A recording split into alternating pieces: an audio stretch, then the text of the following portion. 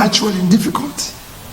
If I tell you what I face, what I go through, what my family go through, you wouldn't even believe I will still be standing and going around this country. Because everything is against you. People don't even want to see you. They don't even want to talk to you. I see colleagues that greet them at the airport, they don't even want to reply. Okay guys, this is Peter Obi, the Labour Party presidential candidate, first speech this 2025 on Arise News. So Obi talk about how hard it is to be in opposition party in Nigeria.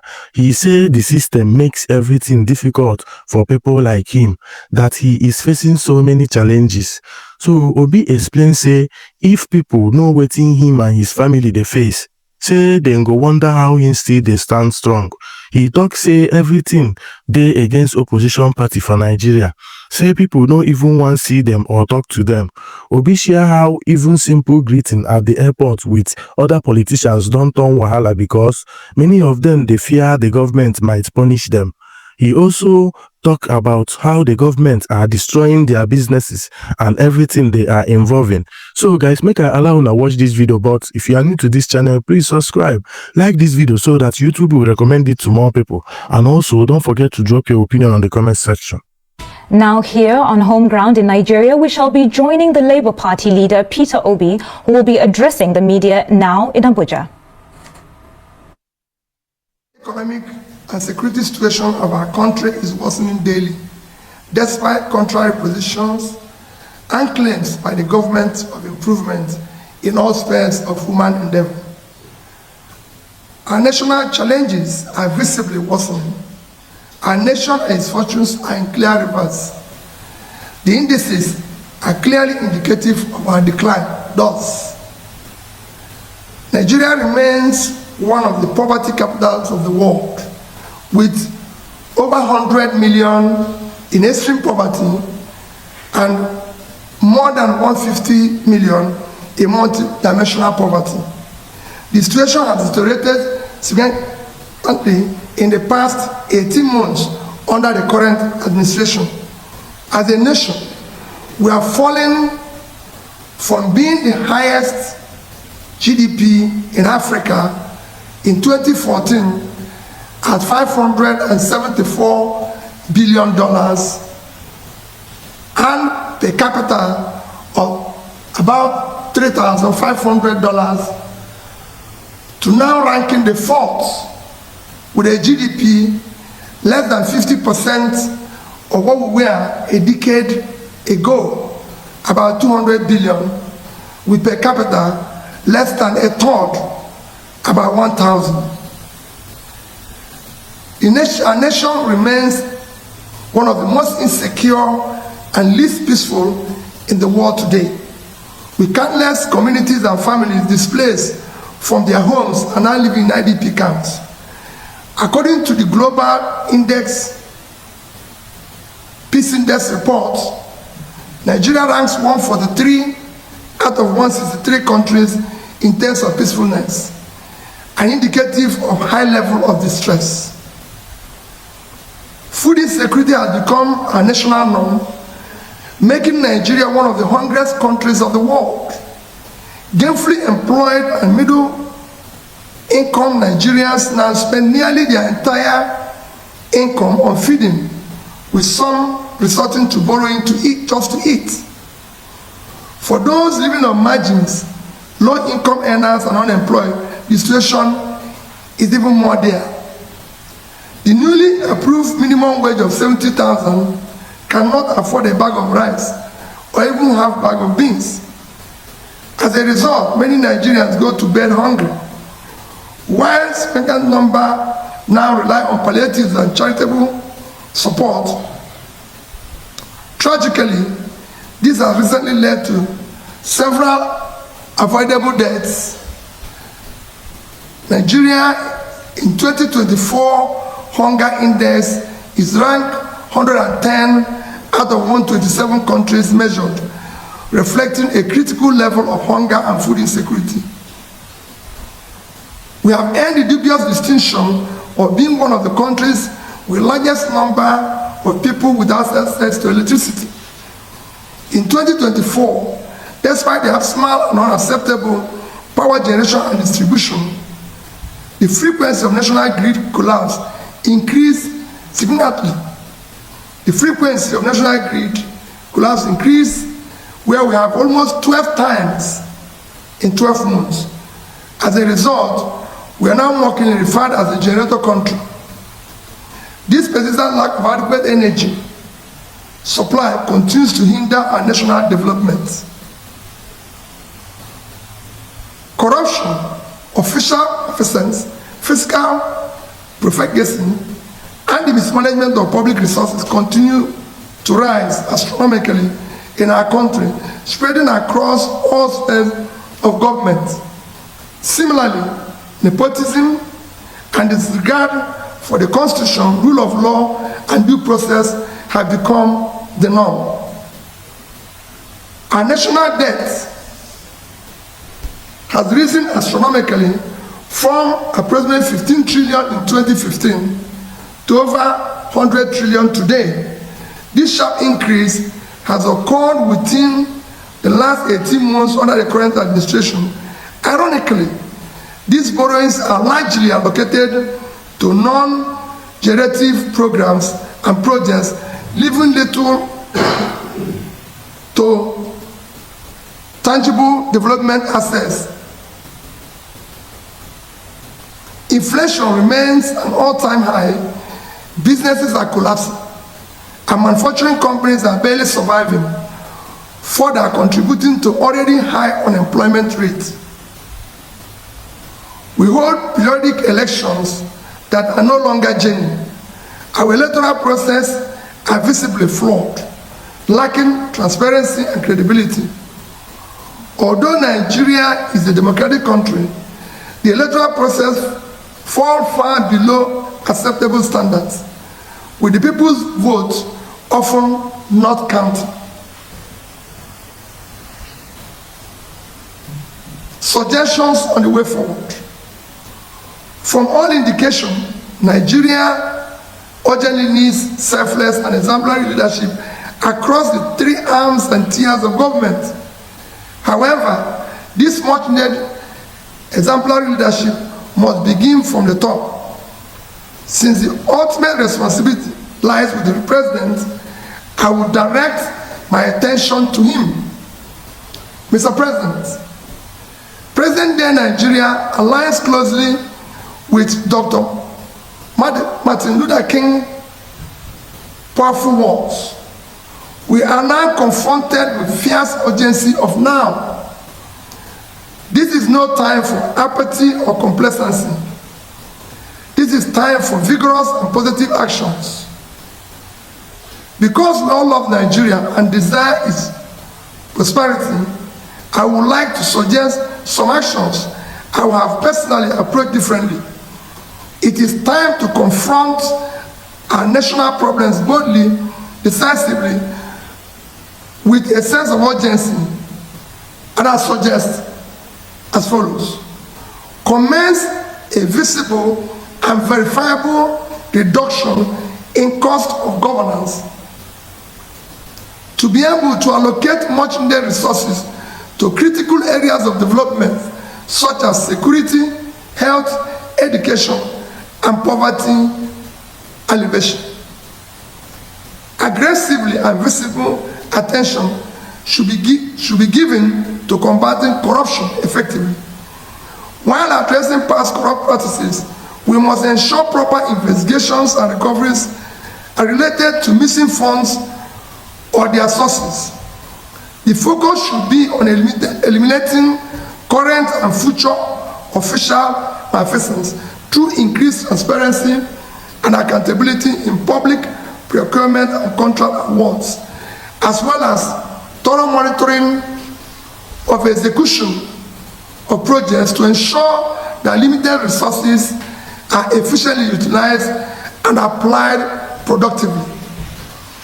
All future borrowings must be tied to regenerative investment and visible productive assets that will benefit the nation. This will ensure both productivity and ability to service and amortize such loans, rather than continue the current practice of accumulating massive debt with no tangible returns, which places undue strain on future development revenues. Mr. President, out of approximately 580 days you have been in office, it is reported that you have spent about 30% or around 180 days on more than 30 publicly recorded trips overseas. My appeal is that you dedicate 20% of 2025, roughly 72 days, to visit each of the 36 states for 2 days each. As a president, such visit will give you opportunity to better understand their economic and security situations across the country. Further, it is time you visit our national hospitals and health facilities. You may consider, for example, that your next medical examination be conducted in one of our national hospitals or regional federal medical centers, such as FMC in Sokoto, Birnin Kebbi, Calabar, Omaya, Akure, among others. This will allow you to assess the state of healthcare facilities available to Nigerians. It will also help you to understand the condition of our hospitals and clinics, enabling you to make informed decisions on how to upgrade and make them efficient. Endeavor to travel by road to observe the conditions of most highways. You can take short trips, for example, from Calabar in Cross River State to Uyo in Akwa Ibom, a distance of less than 100 kilometers, or from Benin in Edo to Warri in Delta. I recall taking President Obasanjo on a trip from Oka to Onitsha on the federal highway when I was governor of Anambra State. That journey prompted him to immediately approve reconstruction of parts of the road by Anambra State with subsequent reimbursement by the federal government. Such actions are immensely valuable. Make both impromptu and planned visits to our tertiary institutions where our children and future leaders are being trained. This is essential to familiarize yourself with the available infrastructure, facilities, and amenities. These visits will provide valuable insight into whether the resources of the Tertiary Education Trust Fund are being utilized optimally, and what is needed to sustain education is being implemented. I recall President Shagari visiting University of Nigeria, Nsukka, when I was a student there, and telling us, I've seen the facilities myself, and I assure you of my intervention. Institutional facilities improved significantly thereafter. As Commander-in-Chief, visit our military formations and security agencies, especially during their field operations, and provide them with moral boosting assurances and support for optimal efficiency. Reiterate that they and their families will always be taken care of. Mr. President, many Nigerians are refugees and exiles in their own country. Visit the IDP camps and assure Nigerians that they will soon be returned to their communities, that they are working hard to restore peace and normalcy in different parts of the country. Mr. President, you are no longer governor of Lagos State. You are now the president of Nigeria. Therefore, consider spending your holidays in different parts of the country. Let your next Salah, Easter, or Christmas holidays be spent in Yola, in Sokoto, Jos, Akure, Yanegua, Abakaleke, among others. The single most challenging test you face is ensuring the future of elections are credible and to reflect the will of the people. Finally, Mr. President, Nigerians need to hear from you directly, not through your proxies. Quarterly update on what you are doing to improve the situation is crucial. God bless you. God bless Nigeria. Thank you.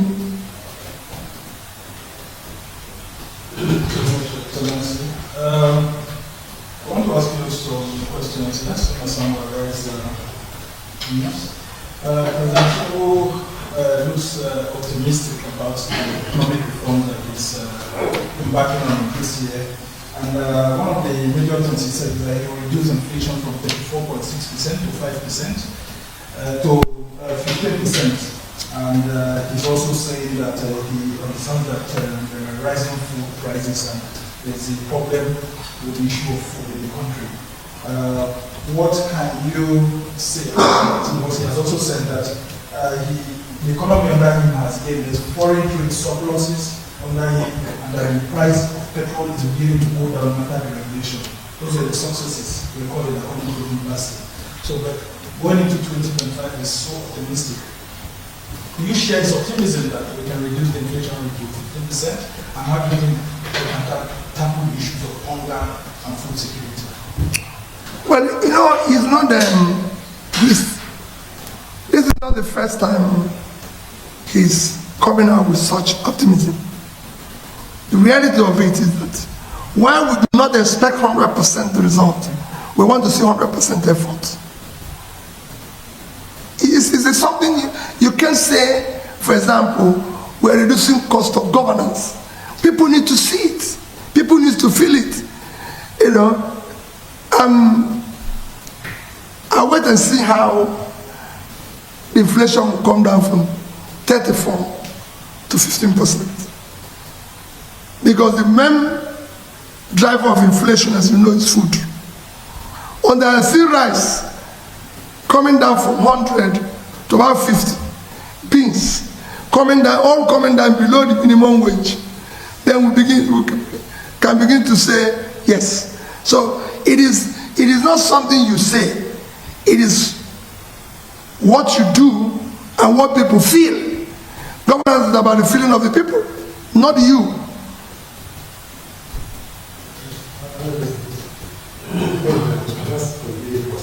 The first question is on this national trip. Knowing what the presidency stands for Nigeria, do you think Nigerians will be further inconvenienced by the president traveling to states where the road will be locked for hours before the president comes, but still remaining locked hours after he was left in particular situation? And considering the amount of resources, they will still expend on such visits either by air or by road. How do you see a alternative to mitigate the suffering of Nigerians by those blockage and the amount that's going to be spent? That's the first aspect. I'm sure that what is going to be spent will be far less than what he spends to go overseas. It will be far less. And I can assure you that visiting the entire Nigeria will not cost up to a third of what he has spent in these 30 trips just visiting Nigeria. And it is critical that he goes to, as for blocking the road and everything, I would rather he blocks everywhere in my state and stay there for 2 days, because he will feel what we are feeling. So it's better he goes to Benue, go to Zamfara and block it, but he's there so he can feel what the average person in Zamfara is feeling. As the president of a country, he must visit the place. The second aspect is 27. His Excellency of the personal all of them on this matter issue. For me, what is important now is about Nigeria today. We are so occupied about election, just like we're so occupied about power capture, that we refuse to deal with our issue. We have people who are dying because of a bags of rice, half bag of beans. People are dying.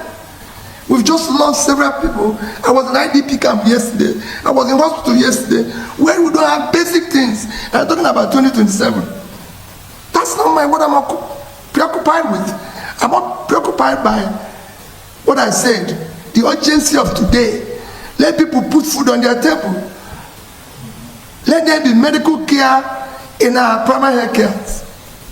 Okay, lastly, what is Excellency barely 1 year after the 2023 elections? The third force is dismantled, and there is no effective governance without opposition, a strong opposition in the country. And with the way things are going, do you think Nigeria is having a headwind?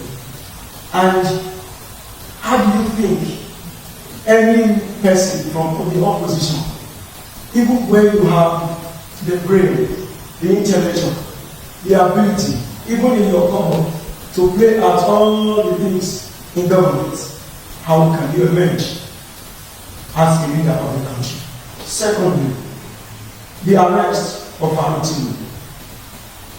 What does this have to do with our democracy? Don't you think it will affect the democracy in Nigeria? Well, I want us to sit down one of these days and talk about the opposition and how the opposition will be effective. Our democracy is faulty. It wasn't designed to support the opposition. Oppositions here are actually in difficulty. If I tell you what I face, what I go through, what my family go through, you wouldn't even believe I will still be standing and going around this country. But I've made up my mind that if this is the end, so be it. Because we can't allow the country. It is difficult to be in opposition in this country. Extremely difficult. Because everything is against you. People don't even want to see you. They don't even want to talk to you. I see colleagues that greet them at the airport, they don't even want to reply. Because they feel, they don't want the government of the day to see you or see them greeting you. Your businesses, everything you're involved is being dismantled. That is not a country.